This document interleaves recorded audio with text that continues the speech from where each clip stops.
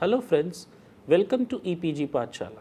I am Dr. Ajay Solkhe, presently working as Assistant Professor, University School of Management, Kurukshetra University, Kurukshetra, Haryana. Upon completion of the lesson, the student should be able to understand the origin and growth of employees' organization in India, to understand the structure, finances, memberships, activities, and services of such organizations, to know the principal aims and objectives of employer organizations related to industrial relations, to learn that the organizations and management of employers organization in India, to discuss future challenges facing these organizations. Employers organizations comprising business enterprises are the key actors in industrial relations. Employer organizations, they are primarily concerned with matters relating to a wide range of employment issues, including industrial relations. In India, the All India Organization of Indian Employers and Council of Indian Employers are the umbrella organizations for Indian employers. Chambers of commerce and trade, industry associations, and representative organizations of the public sector are all members of these employer organizations. Employer organizations are formal groups of employers set up to defend, represent, or advise affiliated employers and to strengthen their position in society at large with respect to labor matters as distinct from economic matters. Employers' organizations are mainly concerned with matters relating to a wide range of employment issues, including industrial relations. Here we are talking about employers' organization in India. The prominent employers' organization are All India Organization of Indian Employers. Second one is Employers Federation of India, and third is Standing Conference of Public Enterprises. What are the aims and objectives of All India Organization of Indian Employers? The All India Organization of Indian Employers objectives include to take all steps which may be necessary for promoting, supporting, or opposing legislative and other measures affecting or likely to affect directly or indirectly industry, trade, and commerce in general or particular interest, to take all possible steps for counteracting activities inimical to industry, trade, and commerce of the country, to promote and protect the interest of the employers engaged in industry, trade, and commerce in India.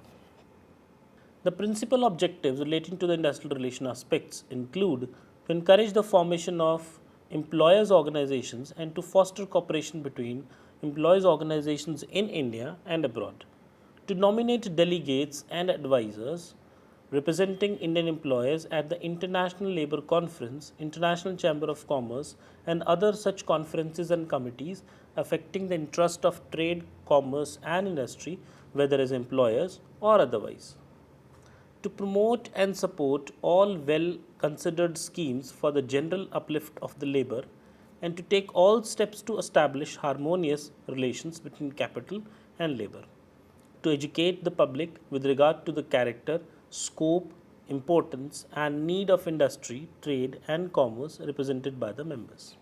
Employers Federation of India.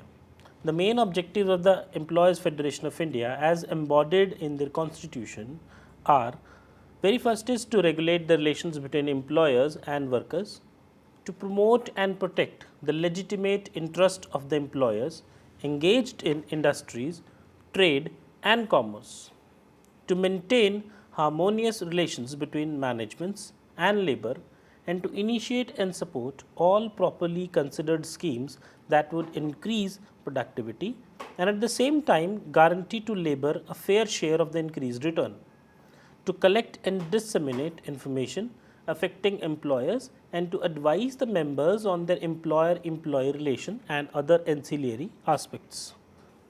Talking about scope, that is the Standing Conference of Public Enterprises. The objective of scope covers a wider ambit. Scope looks like upon its task as both internal and external to the public sector. Internally, it would endeavor to assist the public sector in such ways as would help improve its total performance. Externally, it would help improve its total boundary and the government as would generally help the public sector in its role. What is the legal status of employers organization? Employers organization could be registered in any of the following legal forms: the Trade Union Act 1926, the Indian Companies Act 1956 or the Companies Act 2013, and lastly the Societies Act 1860. Amalgamation of employers organization. During the pre-independence industry, trade and employer associations, they were divided on the basis of indigenous versus foreign, large versus small, and to some extent on regional basis. After independence, the indigenous private industrialists began to train their guns against the public sector, which had witnessed a rapid growth, at least until the 90s when the era of privatization started. The small and the medium sectors, they have formed their own associations. There is also a plethora of sectoral associations. With the proliferation of employees' organizations, the need for their unification began to find expression. After several initiatives and meetings, it was in 1956 that a superstructure called the Council of Indian Employers was formed to bring All India Employers Organization and Employee Federation of India, the two national level employers organizations, together under one umbrella.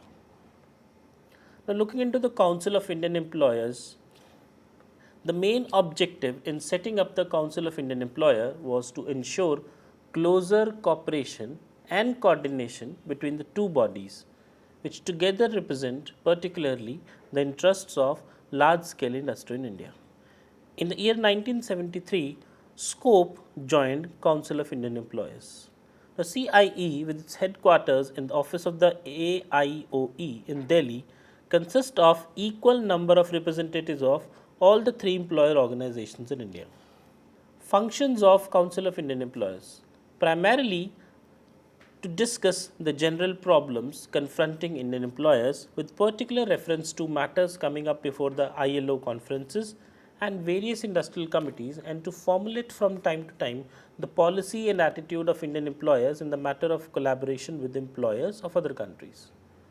Secondly, to furnish and exchange information on problems relating to industrial relations with employers of other countries, to maintain close contacts with the International Organization of Employers with a view to study international trends in the employer-employee relations, and to keep the two parties informed of such matters, to select the personnel for the Indian employers delegations to the various conferences and committees of the ILO, International Organization of Employers.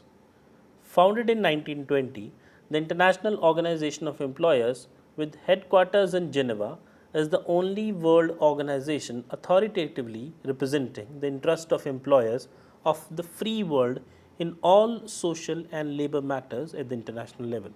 One of the main tasks of IOE is to closely follow the activities of the International Labour Organization, where, under its consultative status, it strives to preserve the principle of tripartism, according to which employers and workers, they are represented at all major ILO meetings on an equal footing with the governments, from whom they enjoy complete independence at all times, notably when it comes to voting. The IOE also act as secretariat to the employer groups at almost all its tripartite meetings and ensures continuous liaison with its members worldwide. IOE membership is open to any national central federation of employers upholding the principles of free enterprise, which is independent of any control or interference from governmental authority or any outside body, and whose membership is composed exclusively of employers. The Council of Indian Employers is a member of the IOE. Talking about the membership structure and the management of EOs. Here we are focusing on 6 major issues: how a person or an employer can become a members to these organizations, how they are structurized, how their finances are being managed, how their representation is being entertained, services, and how they cater to the relations of the employer and employee. Regarding membership in these employer organizations, as happens in most of the countries, in India too, membership in employer organization is totally voluntary. The AIOE has two categories of members: individual, that is an enterprise membership, and association, that is a group membership. The EFI additionally has provision for honorary membership, whereby individuals with special skill or experience, such as legal luminaries or professionals, they are co-opted to serve on various committees of the federation. While the predominantly private sector employer organizations do not bar public sector enterprises from becoming members, and rather welcome their entry, and indeed have a few also. Scope remains an employer organization exclusively for the public sector enterprises, especially those in the central sphere. Talking about their structure, the AIOE has a unitary type of organization.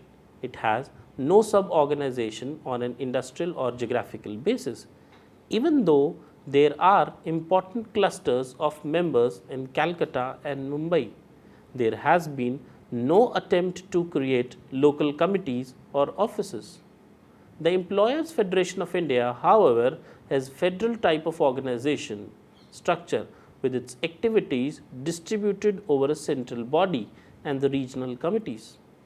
Both AIOE and EFI have a governing body, executive committee, and a secretariat. The governing body is the supreme policy making body. The executive committee is responsible for implementing the policies and objectives of the organization, and the secretariat with permanent staff is responsible for carrying out the decisions of the governing body. Scope has two administrative organs, the governing council and the executive board, besides the secretariat with permanent staff. The governing council lays down policy and elects office bearers. The executive board oversees policy implementation. The chief executive of a member enterprise or organization shall automatically be a member of the governing council. Talking about their finances, employer organizations, they are referred to as rich men's poor clubs. Nearly half of the income of Employers Federation of India and 1/4 of the income of AIOE are from membership subscriptions. Other incomes include interest on corpus, deposits, conferences, publications. Excessive dependence on income from subscription makes employer organizations financially vulnerable. The surest way for them to raise funds is to upgrade the quality, relevance, and usefulness of services to their members and other constituents, including the community. Having a word about representation, employers' organizations in India play two types of roles in representing the interest of their members. First, they nominate representative of employers in voluntary or statutory bodies set up not only to determine wages and conditions of employment of workers in a particular industry sector, but also for consultation and cooperation on social and labor matters in the national and global context. Secondly, they seek to redress the grievances of employers against legislative or other measures by making submissions to the concerned authorities. They also play the significant role of representing the interests of employers in the ILO, various committees, institutions, and various bipartite and tripartite fora at the national level, and on various issues such as legislation, voluntary codes, social security, bonus, etc.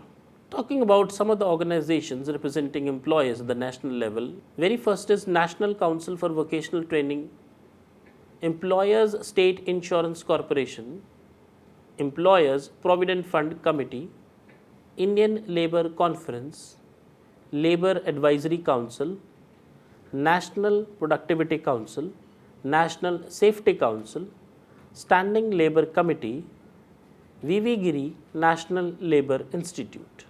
Services. The real worth of an employer organization and the best justification for its support is the range of services that it provides to its members. Within the overall framework of the need to develop enlightened human resource management practices, the kind and range of services that an employer organization could provide should rest mainly on the needs of their members and their priorities as also the resources and competence within the leadership and secretariat of the employer's organization.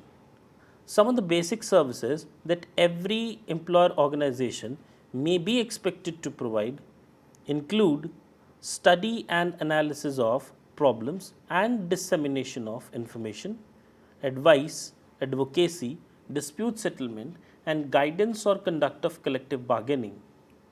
In India, this role is quite voluntary and at the initiative and request of the members only. Training and development of the staff and members, safety and health at workplace and working environment, and lastly, public image and public relations. In the course of exercise of their functions, employer organizations interact with the three principal actors: employers, who are their members only, government, and the unions. Traditionally, employers are individualistic in nature and competitive considerations affect their ability to confederate as a cohesive entity. This attitude influenced their orientation towards relations with the government. Individual office bearers would like to cultivate personalized relations with government functionaries, then institutionalize the interactions. The relations with unions are typically adversarial and interactions are occasional, which are not usually founded on the realization of the importance of continuous dialogue and discussion to develop rapport and mutual trust. Here, employer organizations also interact with political parties, some of the professional organizations, and the community at large. Relations with political parties assume significance even if employer organization they choose to remain apolitical.